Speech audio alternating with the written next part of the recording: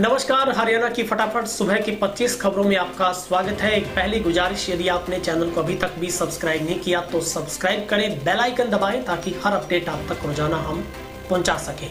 और आप हमें किस जिले से देख पा रहे हैं, किस तहसील से, अपना और अपने जिले का नाम जरूर लिखिएगा। हरियाणा के करनाल में हो रहे भ्रष्टाचार को लेकर 20 मार्च को झोटा बुग्गी के साथ आम आदमी पार्टी करेगी प्रदर्शन। आप नेता नवीन जयहिंद ने कहा है कि विजिलेंस की जांच में सीएम व सांसद समेत अन्य नेताओं का पैसा जाता है। तहसीलदार डिप्टी सीएम के अंडर आते हैं।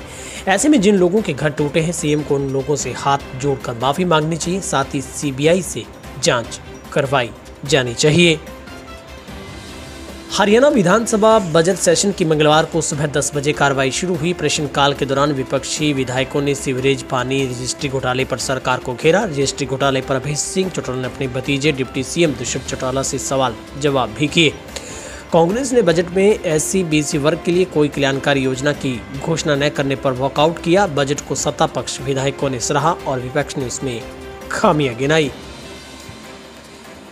हरियाणा स्वास्थ्य विभाग के अतिरिक्त मुख्य सचिव राजीव अरोड़ा ने कहा है कि 16 मार्च 2022 को पूरे प्रदेश में 12 से 14 वर्ष के बच्चों का वैक्सीनेशन शुरू होगा। बच्चों को कार्बोवैक्स वैक्सीनेशन नामक वैक्सीन लगाई जाएगी। 2 डोज 28 दिनों के अंतराल के साथ दी जाएगी। हरियाणा के फतेहाबाद में शहर के साथ लगते गांव दरियापुर के राजकीय स्कूल में मंगलवार को अध्यापकों में झगड़ा हो गया। स्कूल के प्राध्यापक ने प्रिंसिपल और उसके पति पर उनसे हाथापाई करने के आरोप लगाते हुए डायल 112 पर सूचना देकर पुलिस बुला ली। पुलिस ने बयान दर्ज कर छानबीन शुरू कर दी है। हरियाणा के महेंद्रगढ़ में बदमाशों ने अपने जीजा के साथ जा रही राजस्थान की युवती कल्पना को गोली मार दी। गोली कमर में लगी और युवती को नागरिक हॉस्पिटल ले जाया गया, जहां डॉक्टरों ने पीजे रेफर किया है। पुलिस ने परिजनों के बयानों के आधार पर गोली मारने वाले बदमाश की तलाश शुरू की है। पलवल में नाबालिग के साथ कई युवकों ने नशीला पदार्थ खिलाकर सामूहिक दुष्कर्म किया। उसका अश्लील वीडियो भी बनाया गया। पलवल के महिला थाने में रेप का एक और मामला दर्ज हुआ है। यह महिला की अश्लील वीडियो भी वायरल हो गई है। पुलिस ने दोनों मामलों में छानबीन शुरू की है। फिलहाल किसी आरोपी की गिरफ्तारी नहीं हो पाई। फतेहाबाद में 9 वर्षीय बच्चे के साथ कुकर्म करने वाले दोषी को कोर्ट ने 20 साल कैद की सजा सुनाई है, जिसके साथ ही 7500 दोषी को रुपए जुर्माने भी लगाया गया है। सजा अतिरिक्त जिला एवं 70 न्यायाधीश फास्ट ट्रैक कोर्ट के जज बलवंत सिंह की अदालत में सुनवाई। दोषी ने कोल्ड ड्रिंक और खाने का लालच देकर बच्चे के साथ घिनौनी हरकत को अंजाम दिया था। पंजाब विधानसभा चुनाव में आपकी प्रचंड जीत का असर मंगलवार को हरियाणा विधानसभा में भी देखने को मिला है। जजपा के असंतुष्ट विधायक राम कुमार गौतम ने अपनी ही सरकार की कार्यशैली पर सवाल खड़े किए। साथ ही इशारा कर दिया कि सबको साथ लेकर चलो। झाड़ू वाला बड़ा खतरनाक है, अगला टारगेट हरियाणा, इसलिए मुख्यमंत्री को एक होने की बात कही। पलवल में पति पत्नी के अनबन के बीच पति को ससुर बुलाकर बिजली का करंट लगाकर हत्या करने का मामला प्रकाश में आया है। आईजी रिवाड़ी रेंज के आदेश के बाद होडल थाना पुलिस ने मृतक के पिता की शिकायत मृतक की पत्नी सहित 10 के खिलाफ केस दर्ज कर कार्रवाई शुरू की है। यमुनानगर में मंगलवार सवेरे बड़ा हादसा हो गया। ट्रक की पेट से टक्कर के बाद उसमें आग लग गई। हादसे में आरटीए के एक कर्मचारी चालक की जिंदा जलने से मौत हो गई। हादसा उस वक्त हुआ जब आरटीए का कर्मचारी लोडेड ट्रक को पकड़ वजन कराने के लिए कांटे पर ले जा रहा था। फतेहाबाद में मांगों को लेकर लघु सचिवालय में किसानों का धरना रात को भी जारी रहा। इसी बीच प्रशासन ने रात को घटनास्थल की बिजली सप्लाई काट दी, लेकिन किसान अंधेरे में भी वहीं पर जमे रहे। रात को भी कई बार धरने से किसानों की नारेबाजी गूंजती रही। किसानों ने जागो भी निकाली। लघु शौचालय में भुना मोड़ तक नारेबाजी कर प्रदर्शन किया। करनाल नगर निगम ने मंगलवार को भी डिफाल्टरों पर कार्रवाई की है। शहर में 10 लाख से ज्यादा के 165 डिफाल्टर, पहले दिन 6 डिफाल्टरों की प्रॉपर्टी सील की गई है। वहीं प्रॉपर्टी टैक्स के ब्याज का छूट का प्रावधान इसके बावजूद भी शहर के लोग टैक्स जमा नहीं करवा रहे थे। हरियाणा लोक सेवा आयोग की डेंटल सर्जन और HCS प्रारंभिक परीक्षा के हुए फर्जीवाड़े के आरोपित उप सचिव HCS अनिल नागर ने जमानत के लिए Punjab and Haryana high court में याचिका दायर कर दी है। पिछले महीने पंचकुला सेशन कोर्ट द्वारा याचिका खारिज होने के बाद नागर ने हाई कोर्ट में ये याचिका दायर की है।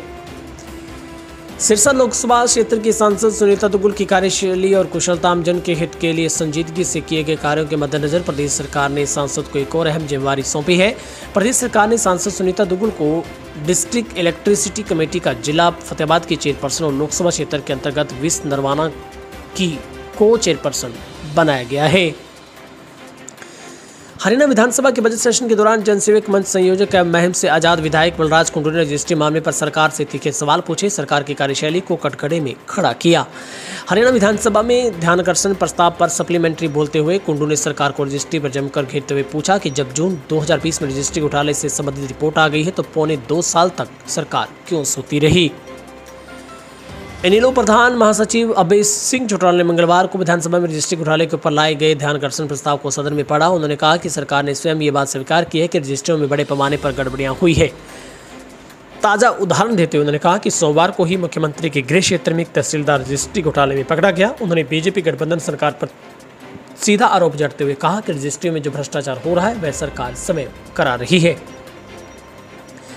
अंबाला में बुढ़ापा पेंशन के लिए तय उम्र की जांच के लिए अब चिकित्सकों का मेडिकल बोर्ड गठित किया गया है। जिला समाज कल्याण अधिकारी विशाल सैनी ने बताया है कि दिशा निर्देशों अनुसार वृद्धावस्था समान भत्ता योजना के लिए जिन आवेदकों के पास अपनी आयु का प्रमाण नहीं है, उनके दस्तावेज में आयु गलत दर्ज हुई है या विमुक्त घुमंतु समाज के प्रार्थियों को आयु का आंकलन करने हेतु जिला स्तर पर सिविल हॉस्पिटल में 2 चिकित्सा का बोर्ड गठित किया गया। हरियाणा बजट सेशन 2022 में फरीदाबाद एनआईटी में एयरफोर्स स्टेशन के 100 मीटर के दायरे में भी भू संपत्तियों की रजिस्ट्री हो सकेगी। कांग्रेस विधायक नीरज शर्मा ने विधानसभा में बजट सेशन में प्रश्नकाल के दौरान बताया कि एयरफोर्स स्टेशन के 100 मीटर दायरे में सिर्फ निर्माण पर हाईकोर्ट ने रोक लगाई हुई है। इस इलाके में प्लॉट व भवनों की रजिस्ट्री पर कोई रोक नहीं है। हरियाणा में सामाजिक पेंशन को लेकर विपक्ष के आरोपों का राज्य की बीजेपी जजपा सरकार ने जवाब दिया। दरअसल राज्य में पौने 3 लाख लोगों की पेंशन बंद होने का कारण सिर्फ उनकी बढ़ी हुई आयु नहीं है। प्रदेश में 2.42 लाख बुजुर्ग ऐसे हैं जिनका देहावासन हो गया है, जिस वजह से सरकार ने उनकी पेंशन बंद करनी पड़ी। राज्य में पिछले 3 साल के दौरान 4.60 लाख नए बुजुर्गों के नाम पेंशन प्राप्त करने वाले लोगों की सूची में जोड़ा गया। भ्रष्टाचार मामले में नया मोड़ आ गया है। मामले के तार अब तत्कालीन उपायुक्त सहित कुछ सियासी चेहरों से जुड़ रहे हैं। पता चला है कि आरोपित जिला नगर योजनाकार विक्रम कुमार को तहसीलदार राजबख्श ने शेयर मार्केट में अन्य जगह निवेश के लिए 3 करोड़ रुपए दिए थे। रिश्वत की रकम में डीडीपी ने प्लॉट, फ्लैट व जेवरात से लेकर महंगी गाड़ियां खरीदी। हिसार में होली व अफवाह का शांतिपूर्वक मनाया जा सके, इसके लिए एसपी ने पुख्ता प्रबंध किए हैं। इस बार जिले में 28 जगहों पर पुलिस नाके लगाकर मौजूद रहेगी। पुलिस एसपी लोकेंद्र सिंह ने कहा है कि कुछ असामाजिक तत्व होली पर हुड़दंग करते हैं, आपराधिक घटनाओं को अंजाम देते हैं। ऐसी परिस्थितियों को देखते हुए पुलिस ने सुरक्षा बढ़ाई है।